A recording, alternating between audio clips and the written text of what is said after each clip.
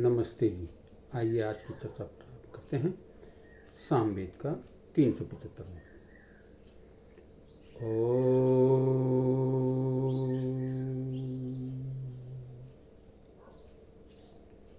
अच्छाव इंद्रमतया स्वर्युवः संध्रीची विश्वा उशतीरनुषत् परिष्वज्यन्त जनयो यथा पतिं मर्यन शुन्ध्यु मघवानमूतये।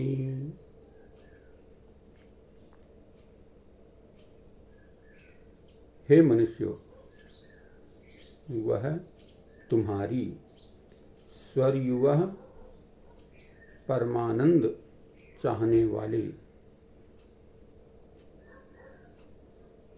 वाली संध्रीची सीधी सच्ची, ऊषति ही कामना करती हुई, विश्वामतयः समस्त बुद्धियाँ, अच्छा भले प्रकार, इंद्रम परमेश्वर की अनुषत स्तुति करें, न जैसे सुंध्युम शुद्ध मघवानम धनवान मरियम मनुष्य की ऊतये धन धान्य द्वारा अपनी रक्षा के लिए स्तुति करते हैं, अथवा यथा जैसे जनयः स्त्रियां पति को परिष्वजन्ता आलिंगन करती हैं। तो मंत्र में दो बातें विशेष प्रकार से बताई गई हैं कि एक,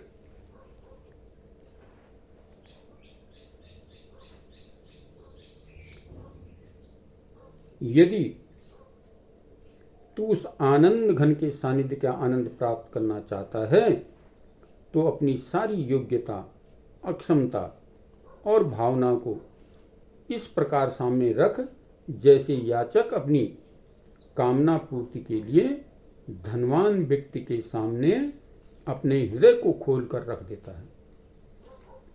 पहली बात बताई गई है कि इस प्रकार से भावना बनाओ, अपनी भावना, कामना क्या है, अक्षमता और योग्यता, इन सबको इस प्रकार रखो जैसे कहते हैं एक धनवान के सामने व्यक्ति कुछ याचक अगर याचक लेकर के जाता है तो उसके सामने अपनी सारी बात खोल देता है। मुझे ये परेशानी है, ये कष्ट है, इस प्रकार से मैं दुखी हूँ, सारा वातावरण अपना जो है उसको बता के रख देता है, तब जाकर के उससे कुछ याचना करता है और तभी जाकर याचक कुछ उसको प्रदान करता है। तो कहते हैं इस प्रकार से यदि परम पिता परमात्मा से तू कुछ आनंद घन प्राप्त करना चाहता है, क्योंकि आनंद का भंडार वो परम पिता परमात्मा ही है। आनंद सांसारिक वस्तुओं में कहीं भी ढूंढने पर नहीं मिलेगा। शारीरिक सुख प्राप्त हो सकता है लेकिन आनंद नहीं। आनंद को प्राप्त करना है तो हमें उस परम पिता परमात्मा के पास ही जाना पड़ेगा और उसके पास ही अपनी बात को रखना पड़ेगा। यदि हम उसके पास अपनी बात को ठीक प्रकार से रखते हैं तो ही वो हमारी बात को सुनता है और हम उस पर तब वो हमारी जो है किए हुए बात का निर्णय लेकर के इस पर कुछ फल हमें प्राप्त कराता है, वो आनंद हमें प्राप्त कराता है। तो इस प्रकार से मंत्र में बात रखी गई है कि अपनी सारी योग्यता, सामर्थ्य, अपनी भावना सारा जो है उसके सामने खोल करके रख दो। जो कुछ भी हमारी शक्ति सामर्थ्य है उस शक्ति सामर्थ्य को संपूर्ण खोल करके उस परमपिता परमात्मा को समर्पित कर दो, तब जाकर के वो परमपिता परमात्मा हमें आनंद की प्राप्ति करा सकता है। वो आनंद का भंडार है और आनंद की अनुभूति हमें उसके सानिध्य में जाने से ही प्राप्त होगी। अन्य और कहीं भी भटकते रहो लेकिन आनंद की प्राप्ति नहीं हो सकती। शारीरिक सुख मिल सकते हैं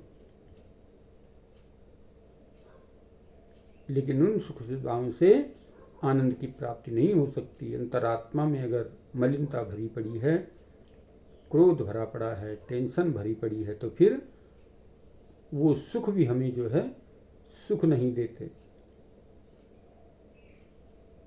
तो इसलिए कहा गया है कि हमें अपनी सारी किताब खोल करके उस परमपिता परमात्मा के सामने रख देनी चाहिए, तब जाकर के परमपिता परमात्मा हमें आनंद की प्राप्ति कराता है।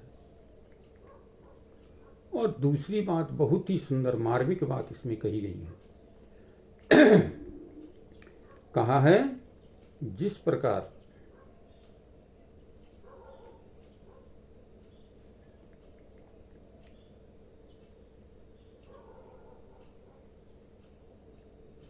प्रकार जैसे पत्नी अपने पति को समर्पण कर देती है,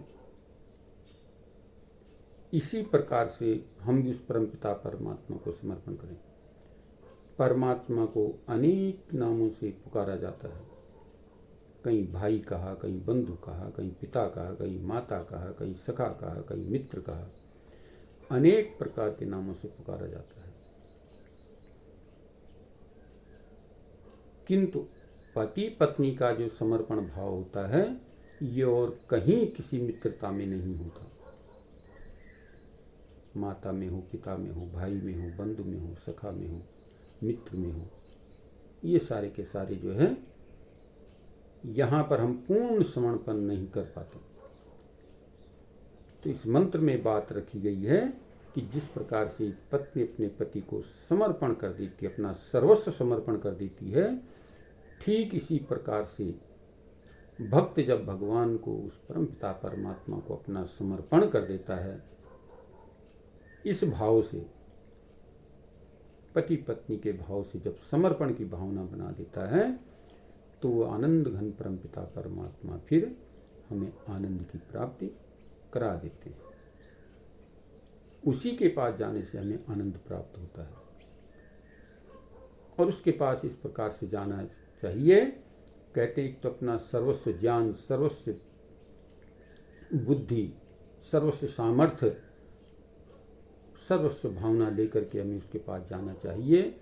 और इस प्रकार से जाना चाहिए जिस प्रकार से पत्नी अपना समर्पण जो है पति को करती है। इस भावना को लेकर के इस प्रकार से यदि हम उस परमपिता परमात्मा आनंद घन के पास जाते हैं, तो हमें अवश्य ही आनंद की प्राप्ति होती है। हम जीवन में सफल और श्रेष्ठता को उत्पन्न करते हैं, और हमारा जीवन, जो ये मानव जीवन मिला है धर्म, अर्थ, काम और मोक्ष की प्राप्ति के लिए, उस मोक्ष के आनंद घन को हम जो है प्राप्त कर सकते हैं। भावना हमारी समर्पण की होनी चाहिए। जिस दिन हम समर्पण की भावना से परमपिता परमात्मा से प्रेम करेंगे, उस दिन हमारा जो है कल्याण हो जाएगा। तो ये मंत्र ये बात बता रहा है कि हमें किस प्रकार से उस परमपिता परमात्मा की स्तुति प्रार्थना करनी चाहिए। आइए इस मंत्र पर विचार करके हम अपने आप को समर्पण भाव से उस परमपिता परमात्मा को समर्पित करें। ओम शांति।